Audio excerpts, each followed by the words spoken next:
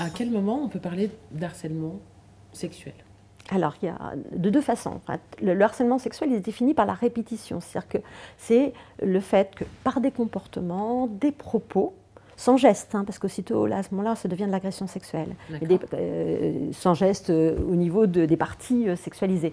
Mais par des comportements, des propos, on n'arrête pas de sexualiser la relation alors que la personne en face n'en veut pas, n'est pas consentante.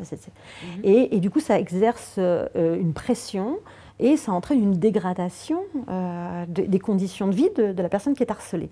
Donc c'est la répétition de ces actes qui définissent le harcèlement sexuel, sauf si la pression a pour but d'extorquer un acte sexuel. C'est-à-dire que, par exemple, harceler sexuellement un logeur qui fait visiter un appartement et qui va harceler quelqu'un pour essayer d'obtenir un acte sexuel en échange du logement, en quelque sorte. Ça devient même si c'est arrivé une fois. Oui, et puis même, du coup, ce n'est pas encore de l'exploitation parce que ça n'a pas eu lieu, mais là, c'est un harcèlement sexuel parce que le but, c'est d'obtenir un acte sexuel. C'est-à-dire qu'il y a deux sortes de harcèlement. Il y a un harcèlement pour dégrader les conditions de la personne par des remarques intempestives, des propos, des images montrées. Ça peut être aussi faire des réflexions obscènes, montrer des images. Voilà, montrer des images, par exemple. On me force à regarder une vidéo porno, tout ça. À ce moment-là, ça rentre dans le cadre du harcèlement sexuel. Si la personne est mineure, alors là, on est dans des violences sexuelles, dans des agressions sexuelles. Mais le harcèlement sexuel, là, pour des adultes. Mais si ça a pour but d'obtenir un acte sexuel, à ce moment-là, il peut s'agir d'une seule situation. Il n'y a pas besoin de la répétition. Tu peux me donner un exemple ? Oui, ça peut être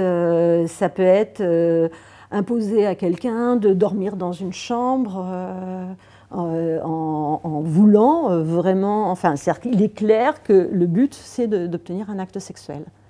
Je ne sais pas, c'est au travail, par exemple, on va en déplacement, et puis la personne s'aperçoit qu'elle n'a pas de chambre personnelle, mais qu'elle va se retrouver avec une chambre à partager, avec son patron. Ou donc avec... à partir de là, voilà. même s'il n'y a pas eu répétition, il n'y a pas répétition, c'est la première fois voilà. que ça arrivait qu'une seule fois. Voilà.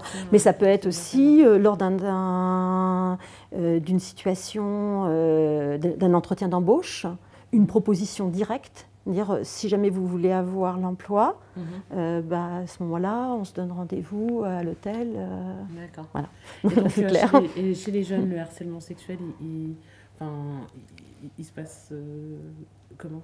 C'est-à-dire qu'à partir de quand on peut dire qu'un jeune harcèle un autre jeune ? À partir du moment où, de façon répétée, parce que la différence entre le fait de draguer, en quelque sorte, et le harcèlement sexuel, c'est que quand on drague quelqu'un, on voit si la personne est OK ou pas, et si jamais elle montre d'une façon claire que ça ne l'intéresse pas, si on recommence et on recommence et on recommence, on harcèle. Voilà. C'est vraiment... alors que le harceleur voit bien que la personne ne veut pas, il va essayer par pression, alors soit par pression pour obtenir quand même de sortir avec cette personne-là, soit par une sorte de jeu pervers, pour dégrader ses conditions, pour faire en sorte qu'elle soit de plus en plus mal, en fait. Il y a souvent cette dimension.